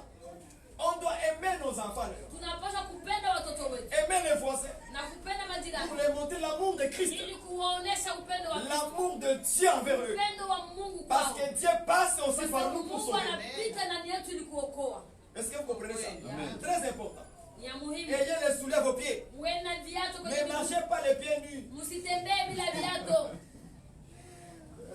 J'aime les Écritures. Napenda maandiko. Parce que quelqu'un a dit, il a pris l'histoire de Moïse. Mtu mmoja alikamata habari ya Musa. Et Dieu a dit à Moïse, Mungu akamwambia Musa, ôte tes souliers. vua viatu vyako. Parce que là où tu es là, Kwa sababu kwenye upo c'est une terre sainte. ni mahali patakatifu. Est-ce que vous voyez ça? Dieu dit. Na mtu wa Mungu akasema, Il dit, laisse le péché. acha dhambi. Ça tes souliers. Njoo viatu vyako. Les souliers deviennent le péché pour moi. Sasa viatu tena inakuwa dhambi yani. Si Dieu dit quelque chose, hein, Mungu anapozungumza kitu. c'est quelque part, Maana fasi fulani il a expliqué ça. Donc il ne faut pas raisonner, dire que ôter les souliers, c'est péché, c'est faire les calomnies, c'est manque d'amour. Donc il faut enlever les souliers, c'est des péchés qui te tiennent sur les pieds. Ça, il a raisonné. Et je veux échapper de ça. La prochaine fois, je vous donne l'explication. Hein? Tu veux que je vous donne ça? Ok. Donc quand Dieu a dit à Moïse de ôter les souliers dans le lieu où il était, c'était saint, une terre sainte. La terre sainte, c'était Israël. Est-ce que vous comprenez ça? C'était Israël. C'était la terre sainte de Dieu. Ok. Mais là, quand Dieu dit à Moïse, ôte tes souliers, fais attention. En réalité, ôter les souliers, dans Deutéronome 25, on dit ceci, c'est une histoire entre beau-frère et belle-sœur. Shemeki na wifi. Voilà. Alors on dit ceci, que si deux frères kama wandugu wawili habitent ensemble wanaishi pamoja et que le grand frère meurt na kama mkubwa akifa sans laisser les enfants, bila kuacha watoto, le beau, son frère, mdogo yake doit se marier avec la belle-sœur, la femme de son frère. mke wa mkubwa yake. Est-ce que vous voyez ça? C'était la loi. C'est ça, c'était comme ça la loi de Moïse. Hiyo ndio ilikuwa sheria ya Musa. Mais si le beau-frère refuse, lakini huyo kaka huyo mdogo yake ya mume akikataa, la belle-sœur doit l'amener vers les anciens. Mke wa kaka anapaswa kumpeleka mbele ya wazee. Et après il va dire na atasema que mon beau-frère ya kwamba shemeki yangu a refusé alikataa de garder le nom de son frère en Israël. Alikatala kuchunga jina la mume wangu katika Israeli. Alors il va le ôter, kisha atamvua viatu et lui cracher dessus. Kisha namtemea mate. Est-ce que vous voyez ça? Cela veut dire que cet homme n'est pas capable de me marier. Est-ce que vous voyez ça? Donc quand on dit ôter les souliers, ça veut dire que toi tu n'es pas capable. Donc Moïse n'était pas capable. Mais capable de faire quoi? Ok, lisons avec vous Ruth 4. Regardez ça, c'est comme dit, ôter les souliers, ça veut dire quoi encore? Ruth 4. On va commencer au verset 7. Donc nous on explique tout par la Bible, pas par les raisonnements de la tête, mon amour.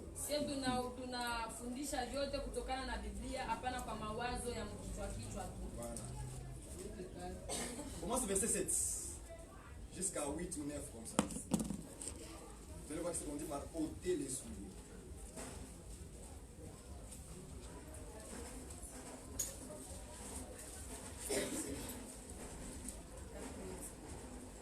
Chapitre 4, verset 7 à 8. Nasoma kitabu cha Rutu sura ya 4 mstari wa 8. Nasoma kwa jina la Yesu Kristo. Amen. Basi yule jamaa akamwambia Boazi, wewe ujinunulie mwenyewe. Akavua kiatu chake. Wewe ujinunulie mwenyewe. Akafanya nini? Akavua viatu. Akatora kilato. Il a ôté le soulier. Akavua kiatu. Continue. Vous comprenez? Sisi nasema. Naye Boazi akawaambia wale wazee na watu wote. Leo hivi ninyi ni mashahidi ya kwamba mimi nimenunua yote yaliyokuwa ya Elimeleki. Na yote yaliyokuwa ya Kilioni na Maloni mkononi mwa Naomi. Tena huyu Rutu Moabi mkewe Maloni nimemnunua awe mke wangu, makusudi nipate kumwinulia marehemu jina katika urithi wake. Okay, amen. Amen. Donc dans Ruth chapitre 4, Rutu sura ya 4 verset 7, 8, 9, mstari wa 7, 9, la Bible dit ceci, Biblia inasema hivi. qu'on devait marier Ruth. Walipaswa kumuoa Rutu. Alors en Israël, il y avait une tradition. Sasa Israeli palikuwa na sheria, mila. Donc, une personne devait marier la personne pour garder le nom de son frère. Yani shemeke alipaswa kuoa mke wa kaka yake ili kuchunga lile jina la ndugu yake. Selon Ruth ici 4, Kutokana na Ruth hapa sura ya 4, c'était l'homme là qui a ôté les souliers. ilikuwa ni huyu mtu ambaye amevua kiatu. Alors lui il a dit, Yeye akasema rachète-toi. jiuzie wewe. Alors il ôta ses souliers. Yeye akavua Et kiatu. il a donné sa Boaz. Akaipatia Boazi. Pour dire que moi, Akamwambia kwamba mimi je ne vais pas racheter cette femme. siwezi C'est-à-dire, nikanunua il a marié cette femme. yani huyu mwanamke Donc, kumuoa toi, tena. Marie là. Wewe muoe sasa. Alors, il devait enlever les souliers Akashika na pour lui kuvua donner. kiatu akampatia Donc, Boazi. moi, je ne suis pas capable de les marier. Yani mimi sina ujasiri wa Toi, tu kumuoa. es capable. Wewe Il unaweza. enlève les souliers, lui donne. Akavua kiatu Est-ce que vous akampa. avez compris ça? Umeelewa? Hein? Amen. C'est ça, ôter les souliers. Hiyo ndio kuvua C'est-à-dire, kiatu. moi, je ne suis pas capable de te Yani marier mimi sina ujasiri wa kukuoa. ou bien de te racheter. Yani ya kukuuza tena. Est-ce que vous voyez ça? Amen. Maintenant, quand Dieu dit à Moïse, ôte tes souliers, Na wakati Mungu alimwambia Musa vua cela kiatu, veut dire que Moïse, tu n'es pas capable de marier la femme. ilikuwa maana yake Musa hauna ujasiri wa kumuoa Tu n'es pas mwanamke. capable d'épouser l'église, Hauna mamlaka ya kuoa de kanisa. racheter l'église. Kununua tena Donc, kanisa. tous les prophètes dans la Bible, Manabii wote ndani ya Biblia ils étaient les pieds nus walikuwa miguu chini, pour dire que kwa maana yake Joël, Yoeli, Ézéchiel, Ezekieli, tous les prophètes wale manabii wote n'étaient pas capables d'épouser hawakuwa na l'église, uwezo wa kuoa kanisa, de racheter ya l'église. kumuoa kanisa. Mais j'ai vu un homme Lakini niliona mtu qui mmoja est venu alikuja avec les souliers. na Et viatu Jean-Baptiste a dit, je ne suis pas digne sina mamlaka même de toucher hata les ya courroies de kugusa ses kamba ya sandales. viatu Amen, vyake. amen. C'était le Seigneur Jésus. Ilikuwa Yesu Kristo. C'est lui seul Yeye qui pekee a gardé les ambaye souliers. alikuwa alivaa viatu. Mais tous les prophètes, Lakini manabii on les wengine a ôté les souliers walikuwa wanavua Amen. viatu. pour dire que Moïse Inamaanisha ne Musa sauve pas. hawezi kuokoa. Joël Yoeli ne sauve pas. hawezi kuokoa. Tous les prophètes Manabii ne wote peuvent pas sauver. hawawezi Mais kuokoa. voici l'homme qui Lakini porte les angalia souliers. mtu ambaye Amen. amevaa C'est viatu, Jésus-Christ. Yesu Amen. Kristo. Moi, vous avez compris maintenant? Wale Amen. mnaelewa? C'était ça l'explication. Hiyo ndio ilikuwa Parce tafsiri. que Jésus n'a jamais ôté les souliers. Kwa sababu Mungu hajawahi kuvua Pour dire que viatu. c'est moi qui est capable Maana yake mimi ndiye de ninayeweza racheter la femme, kununua tena mwanamke, de racheter l'église. kununua tena kanisa. Paul a dit quoi? Paulo anasema 1 nini? Corinthiens 6, 19 à Wakorintho wa 20. kwanza 6:19 hadi Vous 20. êtes rachetés à un grand prix. Tumenunuliwa kwa bei kubwa. Qui nous a rachetés? Nani ametununua? C'est Jésus-Christ. Yesu Kristo. C'est lui l'homme qui a les souliers. Ndio Bwana anayekuwa na Il viatu. ne peut pas les enlever. Hawezi akavua. Parce que lorsque Jean a vu, Kwa sababu Yohana il a alipoona dit, hey, akasema voici l'homme qui porte les souliers. angalia Je Bwana ne suis pas digne même siwezi hata d'enlever les courroies de ses kugusa souliers. hata tu Amen. kamba za viatu yake. Pour dire que c'est Maana lui yake l'homme nini? Huyu ndiye qui est Bwana capable ambaye ana de uwezo racheter wa les hommes, kununua Amen. watu, de les sauver. wa kununua Amen. tena kuokoa. Est-ce que vous comprenez ça? Mnaelewa hivi? C'était ça l'explication. Hiyo ndio ilikuwa tafsiri. Rien à voir avec le péché de l'homme. Tofauti na dhambi ya mwanadamu. Donc vous voyez que Amen. lorsqu'on ne comprend pas, Wakati tuelewi on donne un raisonnement tunatoa matafakari humain qui n'a rien ya à voir avec la kimwili ambayo iko tofauti na neno. Amen, amen. Amen. C'était ça l'explication. Hiyo ndio ilikuwa tafsiri yake. Donc tous les prophètes n'étaient pas capables de racheter les hommes. Yaani manabii wote hawakuwa na ujasiri ama uwezo wa kumnunua Mais tena un seul homme qui mwanadamu. a gardé les souliers, Lakini mtu mmoja tu ambaye ameuvaa c'est le viatu Seigneur Jésus ni Yesu Amen. qui est venu sauver ses ambaye alikuja kuokoa. racheter. Ni yeye tu. Point barre. Il n'y a rien à ajouter là-dedans. Hakuna cha kuongeza. Il n'y a rien à ajouter. Hakuna cha Il faut kuongeza. aller dire aux gens, enlevez vos souliers. Unaambia watu Comme vua Moïse, viatu. Kama c'est sisi des péchés Musa, de souliers. ilikuwa ni dhambi hiyo Dis viatu. pasteur, pardon. Mwambie mchungaji Ce samahani. n'est pas ça l'explication. Ngoja nikwambie sio hiyo tafsiri Mais yake. il faut lui dire ça comme ça. Mwambie kabisa, mwambie tulia kwanza mchungaji, sio hivyo. Il a mal compris. Parce que moi, ce n'est pas des Kuelewa péchés. vizuri kwa sababu Musa hakuwa na dhambi. Tu vois? Ça c'est quand on commence à trop raisonner dans la vie. Wakati unaanza kujifikiria fikiria vya mingi mingi mkichwa. Mais Dieu lui-même, il s'explique lui-même. Lakini Mungu anajitafsiri mwenyewe ndani ya haya maandiko. Donc pour finir bien avec le Seigneur, kwa kumaliza vizuri ndugu wapendwa, travaillons pendant ces 6 jours ici. Tutumike katika hizi siku 6. Pendant ces 6 jours ici. Hizi siku 6 ça va finir bientôt. Itaisha hapa karibuni. Bientôt fini. Hapa karibuni. Mama. Mama. Baba. Baba. Laissez les choses que vous faites à la maison. Acha vile vitu uko nafanya mnyumba. Vous avez des choses mauvaises là. Vile vitu vibaya uko nafanya. Tu vas rester ici. Utabakia hapa. Tu vas rester de pleurer. Utabakia uko na nini? Ça sont maintenant les femmes folles là. Les 5 femmes folles. Njoo ile wanawake watano wajinga. Qui sont restés. Ambao walibaki. Pourquoi? Kwa nini? Parce qu'ils n'ont pas gardé lui. Kwa sababu kuchunga ils n'ont pas eu la sagesse de la parole. Kupata hekima ya neno la Mungu. Parce que la parole c'est la sagesse de Dieu. Neno la Mungu ni hekima ya Mungu. Ils n'ont pas gardé ça dans les têtes. Hawakujua kuchunga ndani ya vichwa vyao. Soyez dans la parole. Uishi ndani ya neno. Dans les écritures. Ndani ya maandiko. Soyez pas dur. Lorsque les pasteurs et l'homme de Dieu montent pour vous enseigner, écoutez, pratiquez. Anasimama na kuwafundisha, msikilize na muatende. Parce que c'est les 6 jours qui nous restent. Kwa sababu panabaki tu siku 6. Après ça c'est fini. Baada ya hapo mambo yote yanamalizika. C'est vrai que ton mari est parti. Mume wako ameenda. Tape comme ça. Ukipiga hivi. Unakuwa. Baba Joël. Baba Joël. Uko wapi? Peut-être à notre toilette. 1h du matin. Saa 7 usiku hiyo. Tu attends. Unangojea. Tu mets aux toilettes. Dakika 13. Ah non, laisse-moi aller voir. Acha kwanza nene. Il n'y a personne. Hakuna mtu. Mes enfants. Si ton enfant était chrétien, kama mtoto alikuwa un enfant de la droiture. Mtoto katika mwenendo mzuri. Jérémie est pas là. Yeremia iko. Jérémie est où? Yeremia iko wapi? 1h du matin. Sasa ton mari n'est pas là. Mume wako haiko. Ton enfant n'est pas là. Commence à pleurer.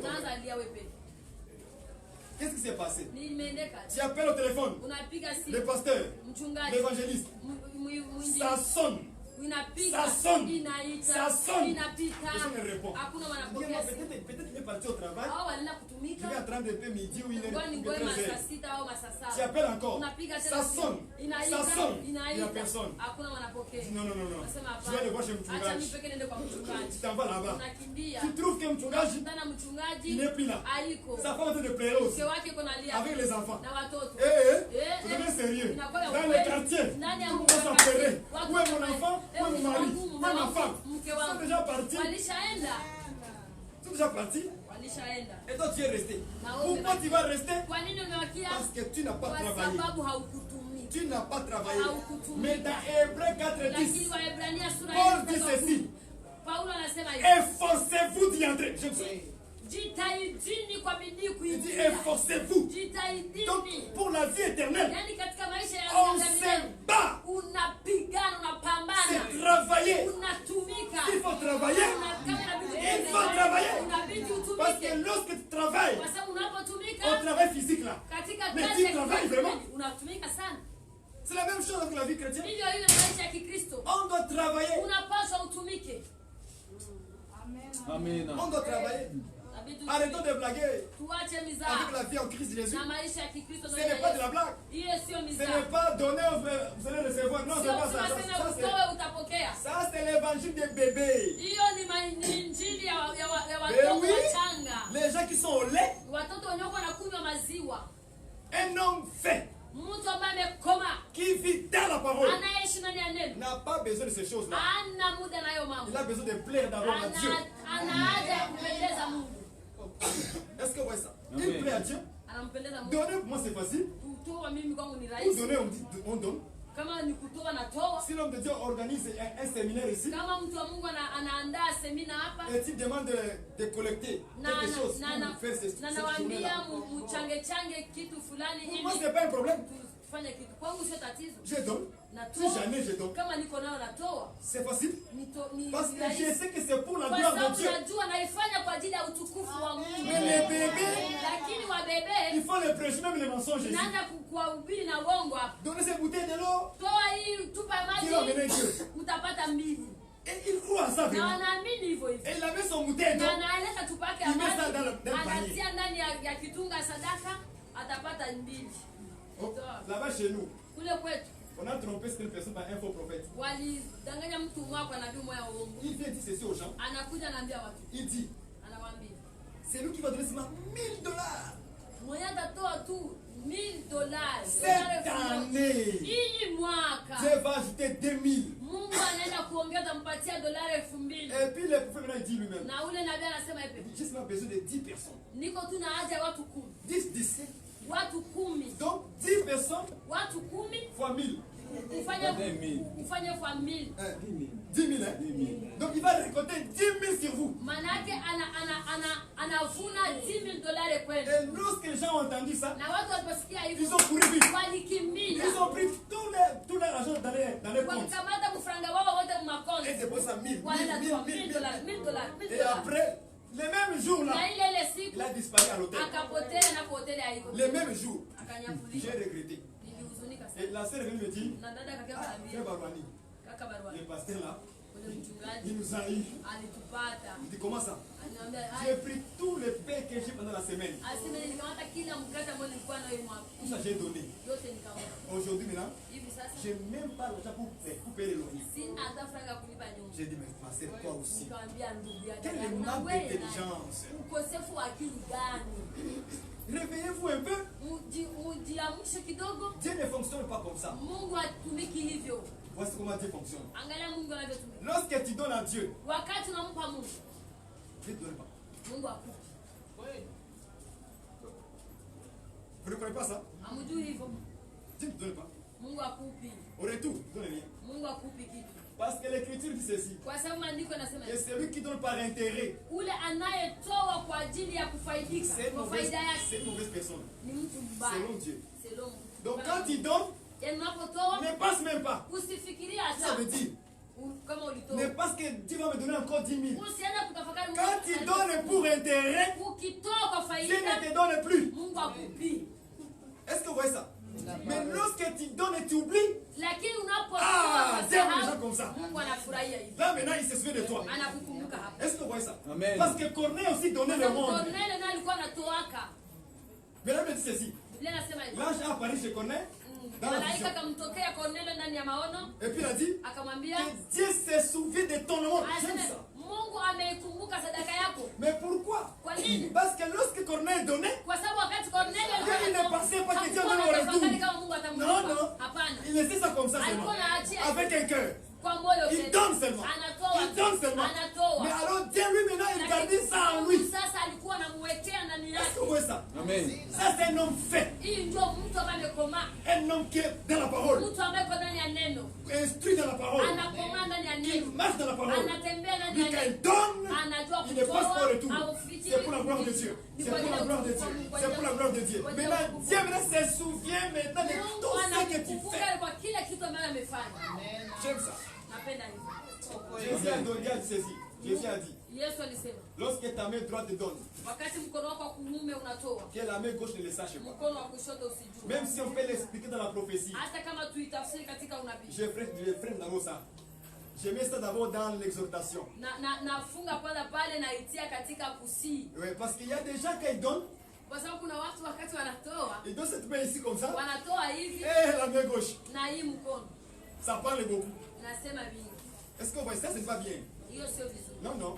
Quand on donne comme ça, Unapotoa hivi, que la main gauche. hii mkono wa kushoto. Ben oui, la main gauche c'était nous. Hii mkono wa kushoto ni sisi.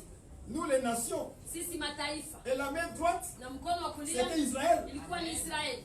C'est Israël qui offrait à Dieu des sacrifices. Israeli ndio walikuwa wanatolea Mungu Et sadaka. lorsqu'ils donnaient des sacrifices, Na on les wakati donnait walikuwa à Dieu. wanamtolea Mungu, wanamtolea Mungu. Nous, on ne le savait pas de Sisi l'autre côté. tulikuwa tunavijui. C'est ça l'explication de ces choses-là. Hiyo ndio tafsiri ya hiyo Biblia. Amen. Amen. Parce qu'il n'y avait qu'un seul peuple Kwa sababu alikuwa taifa moja qui faisait des sacrifices vers Dieu. ambao walikuwa wanatoa sadaka mbele za Mungu. Et nous, les nations, Na sisi on mataifa ne faisait rien. hatukuwa tunafanya On chochote. a fait des sacrifices à donner à Dieu. Hatukuwa na sacrifice ya Voilà kutolea. la main gauche qui ne sait pas ce que la main droite est donnée. Njoo hiyo mkono wa kushoto ambaye kujua chenye mkono wa kulia natoa. C'était ça l'explication Hiyo ndio facile. ilikuwa tafsiri ya Mais dans l'exhortation, lakini katika tafsiri ya kawaida nous disons ceci, tunasema hivi, que lorsque nous donnons aussi aux gens, tunapotoa kwa watu ne parlez pas beaucoup. Ne dis pas que Dieu va me retourner encore 1000 fois. Non, non. Dis donc tu oublies ça. Il faut donner son temps. Ça c'est non fait déjà dans la parole. Pas ceux qui sont laids. Est-ce que vous comprenez ça? En tout cas, que Dieu vous bénisse. Parce que peu de temps que je prie avec vous. Et je sais que Dieu va continuer à ajouter encore vous expliquer les crocodiles. Hippopotame. Et beaucoup des animaux dans la Bible. Les caméléons même. Parce que nous on dit ceci. On ne mange pas n'importe quel animal. Parce que Dieu a dicté les animaux dans la Bible. Et il a dit, voici les animaux que vous mangerez. Et voici que vous ne mangerez pas. Mais oui, Dieu est merveilleux. Parce qu'il ne voulait pas nous laisser comme ça. Que nous mangeons n'importe quoi. Non. On doit manger ce que Dieu a dicté. Et il a dit brebis.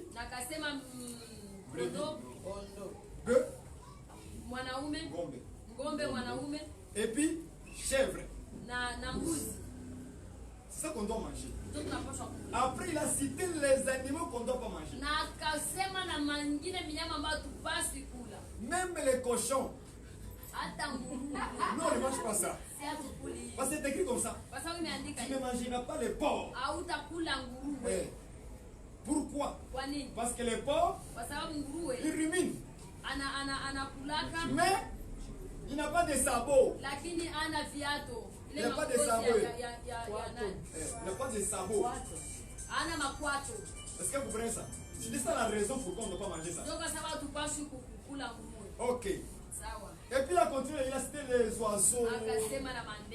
Il a cité d'autres animaux qui rampent, les serpents même. Tout ça, Dieu a dicté ça dans la Bible. Il dit ça, vous ne mangerez pas les enfants. Cette chose-là, il y avait une explication. Est-ce que vous voyez ça? Ça peut parler de beaucoup de choses à la fois. Dans la prophétie, ça peut expliquer Israël et l'Église. Donc nous, on était les animaux impurs que les enfants ne peuvent pas manger.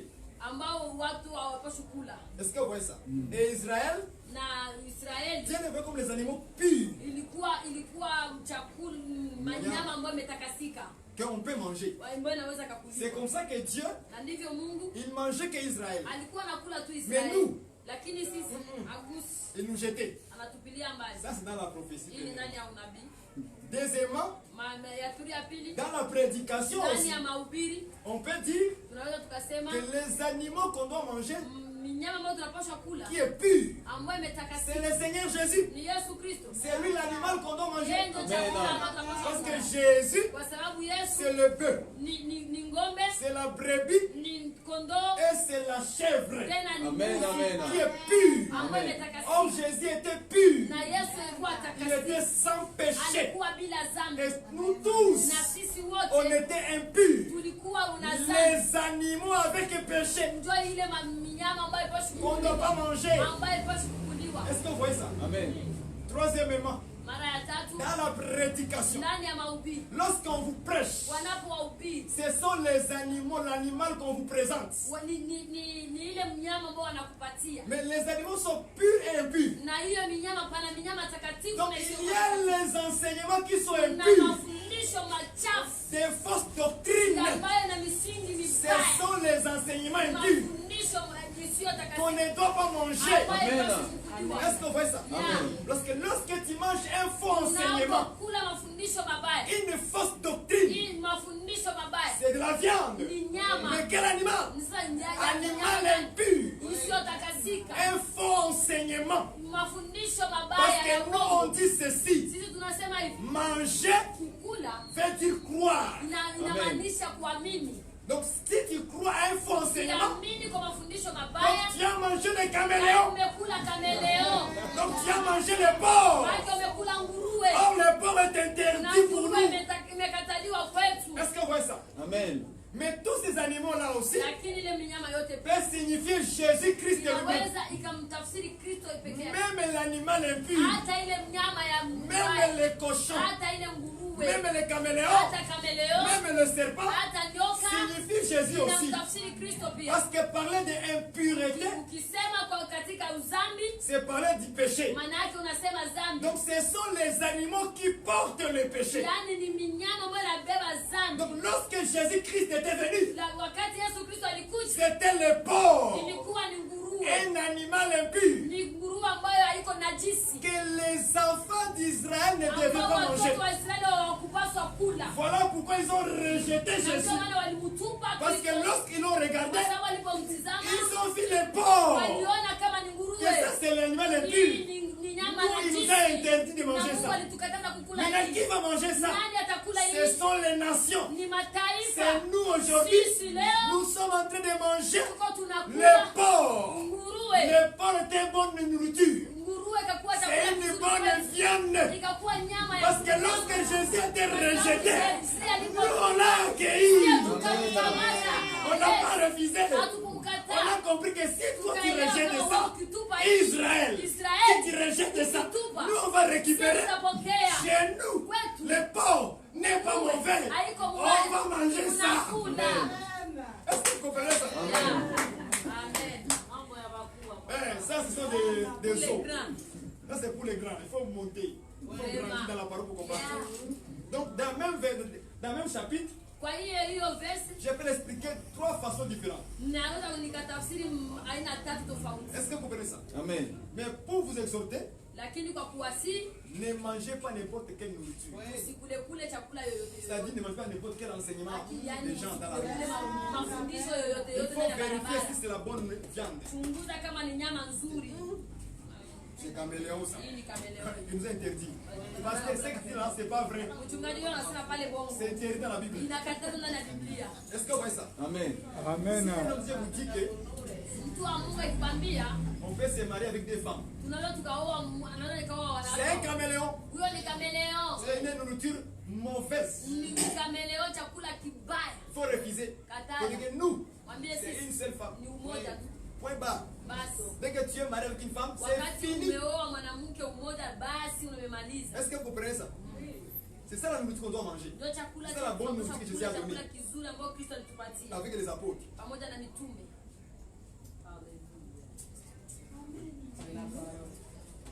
Vous voulez des questions? 2, 3.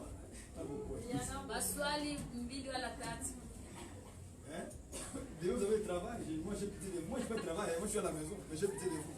Oui, ma soeur. Amen. Nasikia mafundisho yanibariki sana.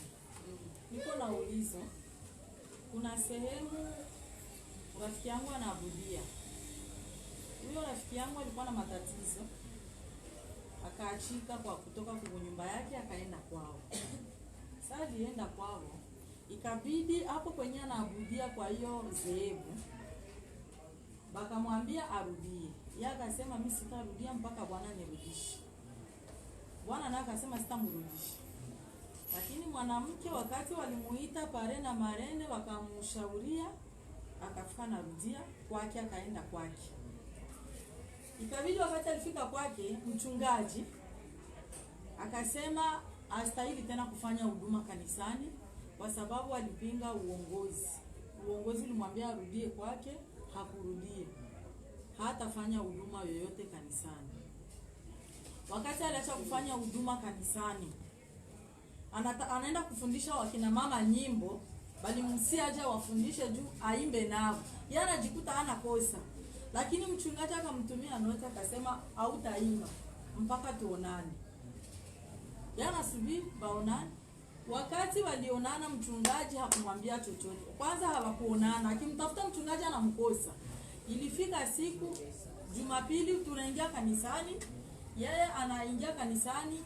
Wakati anaingia kanisani ibada kwisha, mchungaji akamuita akamwambia ilifo utubu hadharani. Watu wote watu wote wako pale kanisa nzima. Utubu kama ulifanya makosa ya kutokutii uongozi. Uende utubu. Nataka nijue mtumishi wa Mungu pale ile iko ndani ya Biblia wala iko je? Kisha tena kanisa wakauliza, "Mweye mnamsamehe udada?" mama wakasema ndio tunamsamehe. Ulijitokeza mtu mmoja akasema mi bado sijamsamehe mpaka waonane kwanza tena na baraza ya wazee na waombaji, ndio tutajua kumsamehe tena na tumsiveye. Sasa ile ni neno la Mungu wala iko kinyume na Mungu? Ndio nilikuwa nataka nielewe pale. Juu ilinichanganyanga kiasi. OK. Vous savez, dans les couples, il y a toujours des situations différentes. Ndani ya wanandoa wanakuwa na mambo tofauti. Chaque personne a sa situation à régler. Kila mtu iko na hali yake ya kutengeneza. C'est là ce que je comprends ce que tu dis. Wagisi na kusikia pale. Parce que nous devons savoir c'est quel péché qu'elle a commis. Ni zambi gani yenye alifanya? C'est comme ça que nous vivons. Quel est le péché qu'elle a commis? Zambi gani yenye alifanya? Est-ce que c'est le péché adultère? Je alizini? Ou c'est parce qu'elle n'a pas bien préparé la nourriture à la maison? Ou bien faire les lits? Ou laver les vêtements de son mari simplement? Allez, mari, sors chez moi, sors! Nous, dans la Bible, les maris n'ont pas le droit de faire ça. Ce n'est pas une raison de mettre la femme dehors. Non, non. Selon l'évangile, ce n'est pas une raison. Ils sont toujours mariés et pas même s'ils sont séparés. Donc si elle n'a pas commis l'adultère, je ne vois pas c'est quoi le problème qui s'est passé là-dedans.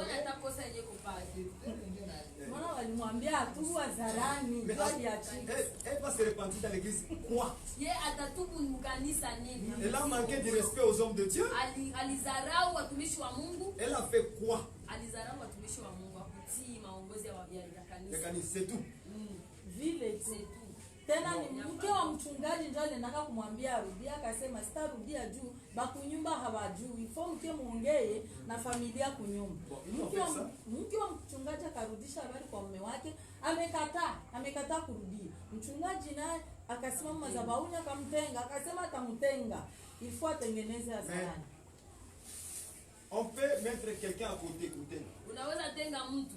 Si la chose a été faite dans l'église. Kama kosa ilifanyika ndani ya kanisa et à la maison. Na nyumbani. C'est-à-dire que lorsque nous on vérifie notre sœur en Christ, yani sisi tunapomchunguza ndugu yetu katika Kristo, on le voit d'abord à la maison. Tunamuona kwanza nyumbani. Même l'homme de Dieu selon la Bible, hata mtu wa Mungu, c'est d'abord à la maison. Nyumbani kwanza. Ça commence d'abord à la maison. Inaanzia nyumbani. Et après ça finit par l'église. Kisha Donc nous on vérifie les deux côtés. Tunapaswa kuchunguza on voit comment tu t'es conduit à la maison tunaangalia nyumbani unajitebezaje et dans l'église. Na kanisani. Donc si là-bas c'est fauché, donc ici c'est fauché. Est-ce que tu comprends? Là maintenant on peut t'arrêter, on peut dire stop. Règle d'abord à la maison. C'est comme ça qu'on dit à nos sœurs et à nos frères. Tu comprends? Mais par rapport à la situation, le pasteur ne peut pas le mettre à l'écart. Parce que lui aussi doit s'informer à son mari. Il doit appeler le mari et l'écouter d'abord. Qu'est-ce qui s'est passé? Parce que notre soeur, on veut savoir la source du problème. Est-ce que c'est la sœur qui est le problème? Ou c'est le mari qui a un problème? Alors l'homme de Dieu a ce devoir-là de chercher. Et non pas seulement de commencer à condamner l'église. Non, ça ne marche pas comme ça. Là, il a commis une erreur lui-même. Il doit se repentir aussi et demander pardon à la sœur. Parce qu'il n'a pas cherché. Parce que nous, la Bible dit c'est Seigneur Jésus-Christ. Si ton frère a un problème avec toi, tu vas le voir sur la sœur. S'il ne t'écoute pas, tu prends 2 ou 3 personnes. Tu vas avec. Tu parles avec. Elle n'écoute pas. Il dit là maintenant, tu l'amènes à l'église. Là tu parles publiquement à l'église. L'église ce n'est pas dehors là-bas. L'église c'est entre nous ici. Est-ce que tu comprends? Donc on doit le parler entre nous le problème de la sœur. Et on a dit au frère Barouani d'arrêter de sortir avec la sœur d'elle. Mais il n'a pas écouté. J'ai appelé les anciens. On a parlé nous trois en privé. Il n'a pas écouté. Là, maintenant, devant tout le monde, les frères Barouani aujourd'hui, on te demande de te repentir devant le peuple. Si je refuse devant le peuple, là, le pasteur a le devoir. On n'a pas païen. Est-ce que tu vois? Donc, ça doit marcher comme ça, selon les Écritures.